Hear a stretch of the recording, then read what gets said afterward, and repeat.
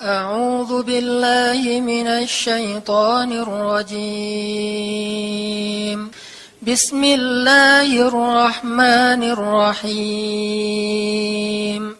وإذا سألك عبادي عني فإني قريب أجيب دعوة الداع إذا دعان فليستجيبوا لي وليؤمنوا بي لعلهم يرشدون. Dan apabila hamba-hambaku bertanya kepadamu tentang aku, maka jawablah bahwasanya aku dekat. Aku mengabulkan permohonan orang-orang yang berdoa kepadaku apabila dia memohon kepadaku. Maka hendaklah mereka memenuhi segala seruanku dan hendaklah mereka beriman kepadaku agar mereka selalu berada dalam kebenaran. Shadaqallahul azim. Yang dirahmati Allah Subhanahu wa taala. Ayat ini adalah ayat kalau kita kasih judul ayat ini tuh janji Allah kepada orang yang berdoa. Janji Allah kepada orang yang berdoa. Makanya doa itu benar-benar senjata orang mukmin, melebihi senjata apapun yang dimiliki oleh seseorang. Paling dahsyat itu kalau punya doa. Jadi kalau orang yakin kepada Allah, maka dan keyakinan dia kepada Allah lebih besar daripada keyakinan dia kepada apapun, maka selama dia masih bisa berdoa kepada Allah, dia tenang. Ada masalah dikit, oh ilahi. Ada masalah dikit, ilahi. Ada masalah dikit, Rabbi. Terus saja. Ada masalah sepele apapun, minta ke Allah. Ada masalah apapun, minta ke Allah. Dan kata Nabi, janganlah kalian menjadi lemah dalam berdoa. Karena sesungguhnya tidak akan binasa seseorang selama dia masih berdoa kepada Allah. Itu hadis Nabi dari Aisyah. Janganlah kalian menjadi lemah dalam berdoa. Artinya jadi pundung, jadi putus asa dalam berdoa. Karena tidak akan binasa seseorang selama dia masih berdoa kepada Allah Subhanahu wa ta'ala. Jadi kalau kita masih terus mengharap dan meminta kepada Allah, kita nggak akan binasa. Kita nggak akan kalah. Kita nggak akan rugi. Dan kata para ulama, segala sesuatu di dunia ini akan pergi dan tidak kembali. Ini clue penting nih, bisa dicatat. Segala sesuatu di dunia ini akan pergi dan tidak akan kembali kecuali doa. Dia pergi dan dia pasti akan kembali.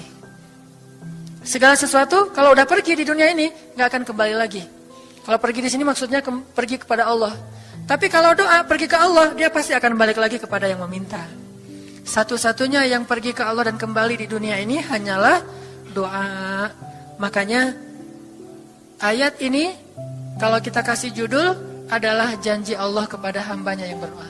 Allah berjanji, apa kata Allah? Inni qaribun. Aku itu dekat. Maksudnya gak mungkin aku gak dengar doa kalian. Begitu kita berdoa, kita pikir, Allah dengar gak ya? Jangan-jangan kok doa saya belum diijabah, kayaknya Allah gak dengar yang kemarin, saya harus keraskan lagi suara saya. Enggak, inni qarib. Arti inni qarib, aku itu dengar banget apa yang kamu ucapkan. Gak usah diucapkan, di dalam hati aja Allah udah dengar. Siapa yang pernah berdoa di dalam hati terus langsung Allah ijabah? Rasulullah. Coba teman-teman buka awal juz kedua. Ayat surat Al-Baqarah ayat 144. Itu gara-gara Nabi ada harapan di dalam hati tapi gak berani ngomong gitu ke Allah. Cuma dipendam di dalam hati doang. Tapi langsung diijabah oleh Allah. Ayat surat Al-Baqarah ayat 144.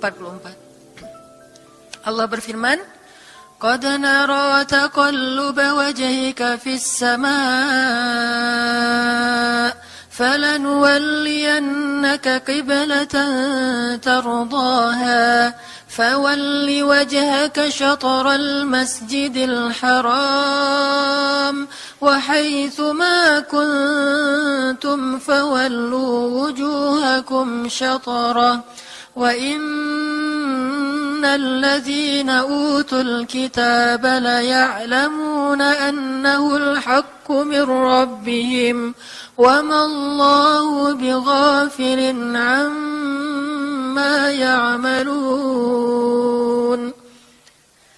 Jadi ceritanya orang Yahudi suka menghina kaum muslimin gara-gara orang Islam kalau sholat waktu itu masih menghadap ke Al-Aqsa, Palestina. Jadi kata orang Yahudi itu, lihat orang Islam mah fake, suka niru. Kita sholat menghadap Al-Aqsa, mereka sholat menghadap Al-Aqsa. Berarti agama mereka itu adalah agama yang meniru agama kita, nggak original. Sering diperolok-olok, setiap kaum muslimin sholat dihina sama mereka. Akhirnya Nabi ngerasa sedih. Wah, gimana ya caranya? Sehingga setiap sore Nabi berdiri di suatu bukit, kemudian lihat ke langit. Cuman nggak ngomong, gini aja ke langit. Membatin, bayangin. Pernah nggak teman-teman membatin ke Allah? Ini yang harus kita coba lakukan. Belajar membatin kepada Allah. Itu romantis banget. Jadi duduk sendiri. Allah, ngomong gitu dalam hati. Dan yakinlah ini qarib, Allah tuh dengerin. Jangan pikir saya kayak ngomong sendiri, kayak orang kurang waras. Enggak, Allah itu mendengar. Jadi kita batin aja sama Allah, ngomong dalam hati. Ya Allah, saya tuh lagi gini, ada masalah. Ngomong dalam hati kita. Please Allah, please gitu ya. Nah, itu kalau kita membatin, inni qaribun wa asirru qaulakum aw ijharu bih innahu alimun bidzatis sudur. Jadi Nabi nggak enak mau ngomong, ya Allah tolong dong pindahin kiblat dari Masjidil Aqsa ke Masjidil Haram. Soalnya daripada dikata-katain melulu sama orang Yahudi, mau ngomong kayak gitu tuh nggak enak sama Allah. Malu Rasul ke Allah. Masa kiblat aja minta dipindahin. Akhirnya Nabi cuma ngelihat ke langit aja tiap hari. Udah selesai pulang. Besok lihat lagi ke langit. Turunlah ayat ini. Sesungguhnya kami telah melihat bagaimana kamu selalu menengadahkan wajahmu ke langit. Maka kami palingkan kiblat ke arah yang kamu sukai. Coba lihat. Turun wahyu untuk merespon doa Nabi yang bahkan belum diverbalkan. Belum diucapkan dengan kata-kata, tapi Allah udah ngerespon. Ini kan keajaiban doa nih. Cuman kita seringnya ngerasa udah minta berkali-kali kok nggak dikasih-kasih. Kita belajar sekarang. Rasul nggak usah minta pakai verbal, cuman membatin doang dalam hati, Allah udah ngasih. Pernah nggak teman-teman ngerasa kayak gitu? Ada kepengen sesuatu, tiba-tiba terwujud. Pernah kan? Tapi kepengennya yang baik-baik. Pengen misalnya, aduh, saya pengen banget umroh, cuman mau ngomong kayak gitu mah, saya mah orangnya kayaknya nggak mungkin bisa umroh kalau ngandalin harta. Orangnya nggak mampu, kerjanya juga pas-pasan, gimana mau umroh untuk makan aja susah. Tapi pengen banget dalam hati kita. Dan itu rindunya tuh rindu banget. Setiap kali ngelihat video atau tayangan di TV tentang umroh dan haji, menitikkan air mata. Saking kangennya ke Baitullah. Allah tahu itu dalam hati kita. Tiba-tiba ada jalan. Ada aja jalannya. Dan bisa dikasih sedekah, bisa juga hadiah, bisa juga door prize, bisa juga macam-macam. Pokoknya ada jalan aja, tiba-tiba bisa umroh. Dan saya sering banget membawa orang umroh. Di antara jamaah itu selalu ada 1 atau 2 orang yang umrohnya itu miracle, keajaiban dari Allah. Ketika saya cari tahu alasannya apa, ternyata emang dia dari dulu pengen banget umroh. Cuman nggak bisa ngandelin hartanya, Allah kasih jalan yang lain. Bukankah Allah itu memampukan yang diundang, bukan mengundang yang mampu? Kan itu yang sering kita dengar kan? Allah tidak mengundang yang mampu, tetapi memampukan yang diundang. Kalau udah Allah undang, pasti mampu. Kalau Allah nggak undang, walaupun dia mampu nggak akan bisa. Jadi Allah bukan mengundang yang mampu, tetapi memampukan yang diundang. Sehingga kita kalau hati kita kayaknya pantas diundang, Allah undang tuh. Begitu juga dalam urusan rezeki. Aduh, saya pengen kerjaan yang kerjaannya itu lebih halal, lebih nyaman, bisa sholat berjamaah tepat waktu, ada waktu juga buat keluarga, bisa juga berdakwah ke teman-teman. Akhirnya membatin kita itu karena kuat banget, Allah wujudkan. Ini artinya Allah qaribun, Allah maha dekat. Sehingga kalau kita pengen doa kita itu powerful, belajar dari as-siqah billah. Tips pertama adalah as-siqah billah. Percaya deh sama Allah. Percaya sama Allah. Jangan berdoa dengan ragu-ragu. Kayak kita datang kepada seseorang untuk minjam duit, tapi kita ragu, dia nih kayaknya orangnya susah kalau dipinjemin. Kalau minta dipinjemin gitu. Ini saya lagi ada masalah dikit nih, boleh minta bantu nggak? Apa? Gimana ya ngomongnya? Susah ngomongnya tuh ragu-ragu gitu kan ya. Akhirnya kita ngomongnya tuh nggak enak, nggak nyaman, membuat dia juga ngasih ke kita juga ragu-ragu. Akhirnya nggak nyaman tuh hubungan kita sama dia.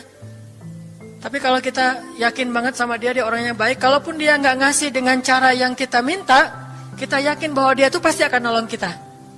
Sehingga kita akan curhat masalah kita itu dengan tulus. Bahwa kita punya masalah kayak gini-gini, bukannya kita mau minta-minta, cuman sifat dari manusia itu saling tolong-menolong, kita beritahu masalah kita. Dan kita yakin dia pasti akan nolong kita. Kalau nggak bisa ngasih duit, dia akan minta tolong kepada orang lain yang mungkin bisa membantu kita. Dia akan ngasih link, dia akan memediasikan kita. Oh, aduh maaf ya saya juga lagi sekarang lagi butuh uang, ini lagi nabung-nabung juga, sama kita mah lagi sama-sama pengen hijrah status. Cuman nih saya kenal ada temen nih yang dia alhamdulillah orangnya tuh suka banget bantu orang lain. Mungkin saya bisa merekomendasikan, saya bisa bantu kamu, ayo kita jalan bareng ngomong sama temennya. Pokoknya kita yakin dia bisa nolong. Nah kalau kita yakin, percaya sama Allah, Allah itu gak butuh perantara. Allah bisa nolong kita dengan cara apapun.